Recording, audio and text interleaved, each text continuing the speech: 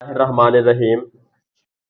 बेटे डॉक्टर मोहम्मद नईम असकर मेरा नाम है और बेसिकली मैं फार्मासिस्ट हूँ। आफ्टर डॉक्टर ऑफ फार्मेसी मैंने एमफिल किया फार्माकोलॉजी में।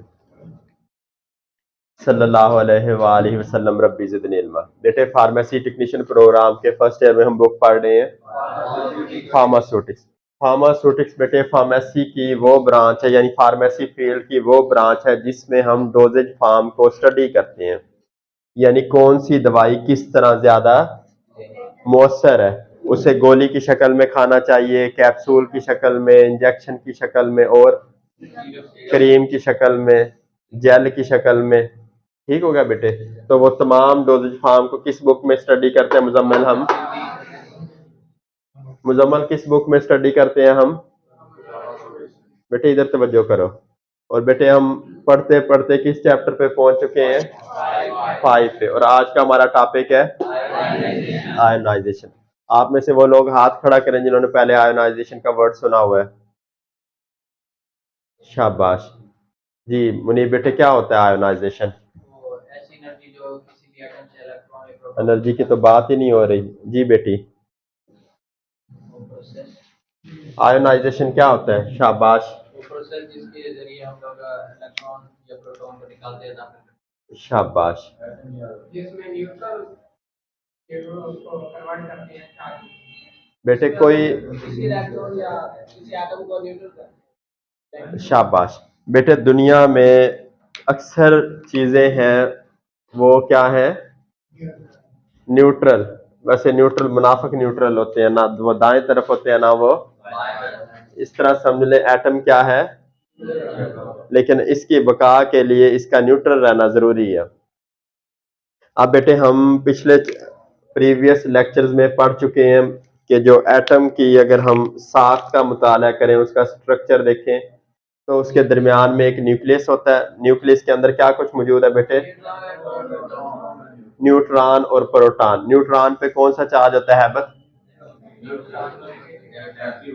हैबत कौन है? उसकी आवाज आए जी बेटे। शाबाश, हैबत के लिए जोरदार तालियां। उन्होंने बताया न्यूट्रॉन पे पॉजिटिव चार्ज होता है। मेरे इल्म में भी वैसे इजाफा हो गया। जी किरण बेटी, कौन सा चार्ज होता है? शाबाश, किरण के लिए भी जोरदार तालियां। और जो दुरुस्त बंदा जवाब जानता है वो हाथ खड़ा करे। जी दिलावर बेटे, कौन सा चार्ज होता है? शाबाश, न्यूट्रॉन पे कौन सा चार्ज होता है? कोई चार्ज नहीं होता है। और प्रोटॉन पे बेटे कौन सा चार्ज होता है? पॉजिटिव।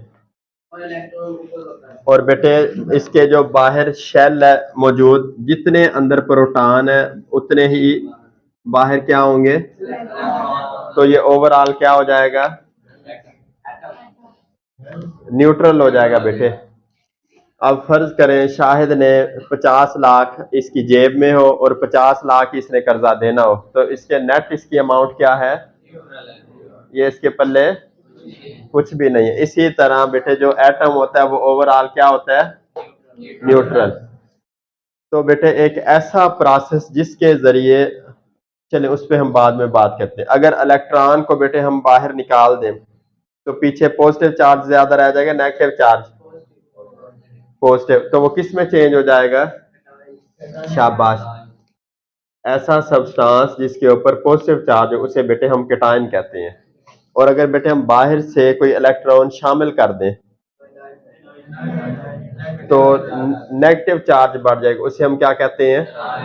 और हमेशा इलेक्ट्रॉन और इलेक्ट्रॉन की रिमूवल होती है या इलेक्ट्रॉन की एडिशन होती है, ठीक है बेटे, कैटायन और एनायन में चेंज करने के लिए। और बेटे हम अब असल टॉपिक की तरफ आते हैं। आयोनाइजेशन ऐसा प्रोसेस है जिसके जरिए एक एटम को कैटायन या एनायन में कन्वर्ट किया जाता है। बेटे इसमें कोई मुश्किल बात? ठीक हो गया। तो बेटे ये जो इलेक्ट्रॉन है, अगर हम इसे कैटायन में चेंज करना चाहते हैं तो इसे क्या करेंगे? बाहर निकाल देंगे। तो इसके लिए बेटे किसी भी चीज को, आप फर्ज करें सुबह सुबह मुजम्मल ने अपनी बीवी के कहने पे नाश्ता नहीं बना के दिया, तो वो उसे धक्के दे के बाहर निकालेगी तो ये आसानी से तो नहीं जाएगा। उसके लिए क्या लगाना पड़ेगा? उसे ताकत लगानी पड़ेगी। तो इसी तरह इलेक्ट्रॉन को बाहर निकालने के लिए बेटे किसी ताकत या एनर्जी की जरूरत होती है। उस एनर्जी को बेटे क्या कहते हैं?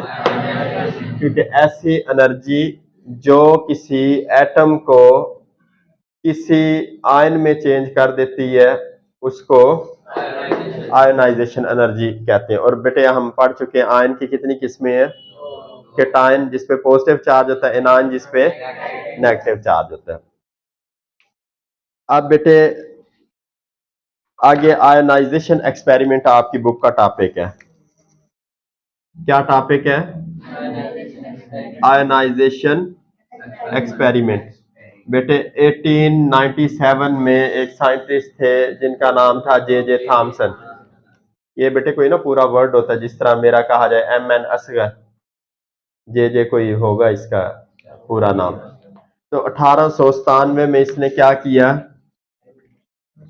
एक बेटे डिस्चार्ज ट्यूब ली, ये इस तरह की कोई ट्यूब थी, ये उसकी, ये बेटे उसकी स्क्रीन है, यहाँ सारा वो रिजल्ट वगैरह नजर आता था। पहले क्या मौजूद है इधर आपकी बुक के मुताबिक? कैथोड, फिर ये दो बेटे इस तरह एनोड मौजूद है। शाबाश बेटे। उसने क्या किया, डिस्चार्ज ट्यूब के अंदर जो गैस मौजूद थी उसे क्या किया, उसमें से उसने करंट गुजारा, और जो बेटे डिस्चार्ज ट्यूब के अंदर प्रेशर है उसे उसने क्या कर दिया, कितना कम किया, 0.001 मिलीमीटर कर दिया। जब बेटे इसमें से उसने करंट गुजारा तो जो गैस के एटम्स हैं या मालिक्यूल्स हैं वो किस में चेंज हो गए, आयन में। जो पॉजिटिव आयन थे उन्हें क्या कहते हैं बेटे हम, कैटायन। वो किस पे इकट्ठे होते हैं, कैथोड पे। और जो नेगेटिव आयन पैदा हुए उन्हें क्या कहेंगे, एनायन। वो कहाँ इकट्ठे हुए, एनोड पे। शाबाश। और बेटे स्क्रीन पे फिर उसका रिजल्ट उसने देखा, यानी उसने एक न्यूट्रल सब्सटेंस को क्या किया, आयंस में चेंज किया। ये वैसे क्या कहते हैं, आपकी मालूमात के लिए लिखा गया है। बेटे अब हम आ रहे हैं अपनी असल, जो भी हम बात करते हैं हमारा नुक्ता नजर कौन सा फील्ड है, फार्मेसी फील्ड। अब बेटे हमें आयोनाइजेशन या आयोनाइजेशन एनर्जी या आयोनाइजेशन एक्सपेरिमेंट पढ़ने का दवाइयों के फील्ड में क्या फायदा है? जी बेटे हाथ खड़ा करें जिसके ज़हन में कोई इसकी एप्लीकेशन आ रही है। बेटे आयंस पढ़ने का हमें मेडिकल फील्ड में क्या फायदा है? बेटे बहुत सारी दवाइयां बेटे ऐसी हैं जो अगर हम एनायनिक या कीटायनिक फॉर्म में जिस्म में दाखिल करते हैं तो वो हमें असर देती हैं। अगर वो न्यूट्रल होंगी तो वो असर, मसलन बेटे जो एस्प्रीन है, जो किस नाम से आती है मार्केट में, ठीक हो गया, डिस्प्रीन के नाम से आती है। तो बेटे उस पर कौन सा चार्ज होता है? अब बेटे आपकी बुक के मुताबिक many drugs are either weak acids like acetyl salicylic acid, जिसका मेडिकल नाम है aspirin, or weak bases like procaine or their salts. Procaine बेटे आंखों में इस्तेमाल होती है, आंख का कोई मसला। The degree of ionization of a drug has an important effect on its absorption, distribution and elimination. So ionization is an important factor which is considered during the manufacturing process of medicine. अब बेटे हमने पढ़ा किन तीन चीजों पे ionization का बहुत ज्यादा असर है, एब्जॉर्प्शन, डिस्ट्रीब्यूशन, एलिमिनेशन। शाबाश। तो बेटे कोई चीज अगर आयंस में चेंज होती है या आयनाइजेशन के प्रोसेस से गुजरती है, कोई दवाई, तो ये तीन स्टेप क्या हो जाते हैं बेटे, डिस्टर्ब होते हैं। अब्जॉर्प्शन कहते हैं बेटे दवाई का जज़ब होना। अब देखो कुछ दवाइयां, किसी को अल्लाह ना करे हार्ट अटैक हो रहा हो तो हम क्या रखवाते हैं जुबान के नीचे, ग्लिसराइल ट्राई नाइट्रेट, एंजीसिड के नाम से आती है। तो बेटे वो जुबान के नीचे से क्या हो जाती है, अब्जार्ब हो जाती है। अब उसकी हम आयोनाइजेशन अगर करते हैं तो उसकी अब्जार्प्शन या तो बहुत ज्यादा बढ़ जाएगी या कम हो जाएगी। इस डिस्ट्रीब्यूशन कहते हैं बेटे। अब दवाई खून में तो चली गई, अब अल्लाह ना करे किसी को हार्ट अटैक हो रहा है, हमने ग्लिसराल ट्राई नाइट्रेट जुबान के नीचे रखा, वो तो इधर है, हार्ट अटैक कहाँ हो रहा होता है, शाबाश। तो बेटे वो कैसे पहुंचती है, किस अमल के जरिए उधर पहुंचती है, तकसीम। जैसे खून में गई, खून ने उसे पूरे जिस्म में क्या कर दिया, तकसीम कर दिया। अब कोई भी दवाई अगर आइंस में कन्वर्ट हुई है तो उसका डिस्ट्रीब्यूशन का स्टेप भी डिस्टर्ब होता है, या तो वो बहुत तेजी से डिस्ट्रीब्यूट होती है या बहुत स्लो। अब बेटे एलिमिनेशन कहते हैं किसी चीज का जिस्म से खारिज होना। वो अगर फाजल वेस्ट की सूरत में हो तो उसे बेटे क्या बोलते हैं, एक्सक्रीशन। अगर वैसे सेल से बाहर आए तो उसे एलिमिनेशन या सिक्रीशन। एलिमिनेट कहते हैं खारिज होना, ठीक हो गया बेटे। तो अगर वो आइंस में चेंज हो तो एलिमिनेशन बढ़ भी सकती है, और तो वो बेटे हर दवाई की जब आयनाइजेशन होती है तो ये तीनों स्टेप डिस्टर्ब होते हैं। अब एक ऐसी दवाई है बेटे जिसकी हम जो नेगेटिव फॉर्म में बहुत तेजी से डिस्ट्रीब्यूट होती है, यानी एनायनिक फॉर्म में, और वो मार्केट में मौजूद हो न्यूट्रल फॉर्म में, तो हम उसकी कौन सी फॉर्म देंगे ताकि वो जल्दी से पूरे जिस्म में फैल के असर दे। तो उसे बेटे हम कुछ इस तरह की चीजों के साथ देंगे ताकि वो फौरी तौर पे किस में कन्वर्ट हो जाए, एनाइन में। जो भी फॉर्म में वो तेजी से डिस्ट्रीब्यूट होती है, वो बेटे फिर पूरी पूरी उस पर तजर्बात किए जाते हैं, मुख्तलिफ किताबें मौजूद हैं।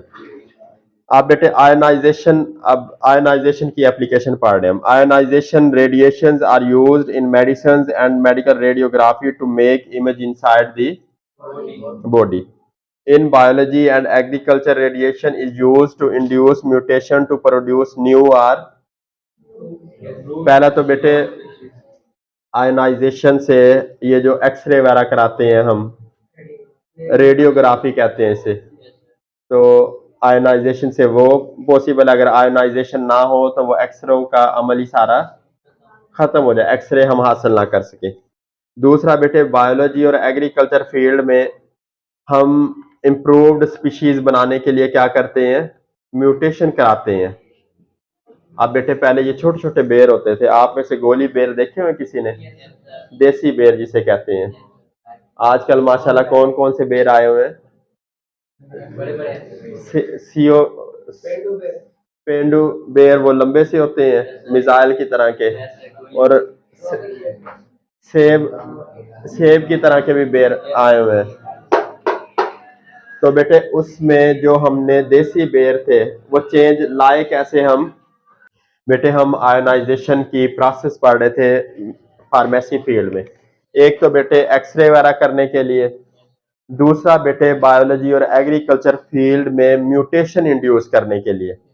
अब बेटे मैं आपको वो बेरों की एग्जांपल दे रहा था, एग्रीकल्चर फील्ड है ना बेटे, छोटे देसी बेर हुआ करते थे आज से 10-15 साल पहले, देसी बेर। अब बेटे वही जो बेरियां, उन पे इतने इतने मोटे मोटे सेबों की तरह के बेर लगते हैं। तो बेटे वो असल में उन्होंने किया क्या, साइंटिस्ट ने, जो देसी बेरों का डीएनए था या जीन्स थे उनमें इस तरह की म्यूटेशन इंड्यूस की कि जो जिस जीन ने उसका साइज इतना सा बनाना था 1 मिलीमीटर या 1 इंच का, वो उन्होंने साइज को बढ़ा दिया। तो बेटे ये आयोनाइजेशन के अमल के जरिए ही म्यूटेशन इंड्यूस करवाई गई। आगे बेटे तीसरा, sterilization of tools and equipments used in surgery. बेटे जो रेडिएशन है जिन्हें शुआएं कहते हैं आम जुबान में, तो बेटे वो क्या करती हैं, जरासीमों को मार देती हैं, और उस शुआओं को अस्पतालों में बेटे हम किस काम के लिए इस्तेमाल करते हैं, सर्जरी के जो इंस्ट्रूमेंट है वहां से जरासीम मारने के लिए। क्लियर बेटे, चलो शाबाश बेटे, हम जरा रिवाइज करते हैं लेक्चर को। बेटे आज हमने शुरू किया आयोनाइजेशन। आयोनाइजेशन बेटे एक ऐसा प्रोसेस है जिसमें एक न्यूट्रल एटम को किसी आयन में चेंज किया जाता है। आयन की दो किस्में हैं। अगर पॉजिटिव चार्ज हो बेटे उसे कैटायन कहते हैं, नेगेटिव चार्ज हो तो उसे एनायन कहते हैं। फिर बेटे हमने 1897 1897 में जे थॉमसन एक साइंटिस्ट थे, उन्होंने एक इंतहाई मशहूर किस्म का एक्सपेरिमेंट किया जिसने आयोनाइजेशन को साबित किया। ठीक हो गया बेटे। उसने एक गैस भरी डिस्चार्ज ट्यूब में और वहां का एटमॉस्फेरिक प्रेशर 0.001 कर दिया, और उसमें से जब करंट गुजारा तो वो गैस आयंस में चेंज हो गई। जो कैटायन थे जिन पे पॉजिटिव चार्ज था वो कैथोड पे जमा हुए, जो नेगेटिव चार्ज वाले आयन थे वो एनोड पे जमा हुए, उन्हें एनायन कहा गया। जिससे पता चला कि वाकई आयोनाइजेशन का कोई प्रोसेस दुनिया में एग्जिस्ट करता है। शाबाश। फिर बेटे हमें बताया गया कि बहुत सारी दवाइयां या तो वीक एसिड होती हैं या वीक बेस होती हैं। जो उनकी नेचर होती है बेटे उसके मुताबिक फिर उनकी अब्जॉर्प्शन, डिस्ट्रीब्यूशन और एलिमिनेशन बहुत फर्क पड़ता है। अगर कोई चीज अब्जॉर्ब केटायनिक फॉर्म में ज्यादा तेजी से हो रही हो तो हम उस न्यूट्रल को किस फॉर्म में चेंज कर देते हैं, केटायनिक फॉर्म में। इस तरह हम इन स्टेप्स को फिर देखते हैं कि किस दवाई को किस फॉर्म में चेंज करना है। ठीक हो गया बेटे। आगे बेटे इसकी तीन हमारी बुक में एप्लीकेशन लिखी हुई है। एक तो एक्सरेज वगैरह का प्रोसेस मुमकिन हुआ आयोनाइजेशन से, क्योंकि उसमें बेटे रेज यूज होती हैं, शुआएं यूज होती हैं, जिस तरह नाम ही से पता चल रहा है एक्स रेज। ठीक हो गया बेटे। जिस तरह लेजर, लेजर होता है light amplification amplified stimulated radiation emission. इस तरह ये बेटे कोई पूरा नाम है, आपने पढ़ा होगा एफएससी जिन्होंने किया ना बेटे। और बेटे दूसरे नंबर पे हमारी बुक बता रही है बायोलॉजी और एग्रीकल्चर फील्ड में जो म्यूटेशन इंड्यूस करवाई जाती है। म्यूटेशन कहते हैं बेटे कोई चेंज। हाँ, अब बेटे जिस तरह ये जो आम गाय भैंसे हैं, हम गाय की बात करें, पहले गाय दूध देती थी 2-3 किलो, लेकिन अब साइंटिस्ट ने उनके जीन में इस तरह की म्यूटेशन इंड्यूस करवाई है कि वो एक गाय एक टाइम में 10 किलो 15 किलो दूध भी देती हैं। तो वो बेटे म्यूटेशन आयोनाइजेशन के कुछ प्रोसेस है उनसे करवाएगी ताकि आयंस में चेंज की कर देंगे। वो बहुत सारे स्टेप होते हैं उसके अंदर। तीसरा बेटे हमारी बुक के मुताबिक जो सर्जिकल इंस्ट्रूमेंट्स हैं, जो चीजें जिन पे जरासीम का खतरा होता है, तो उन्हें बेटे स्टीराइल करने के लिए यानी जरासीम से पाक करने के लिए रेडिएशन यूज की जाती है। ये बेटे आज का हमारा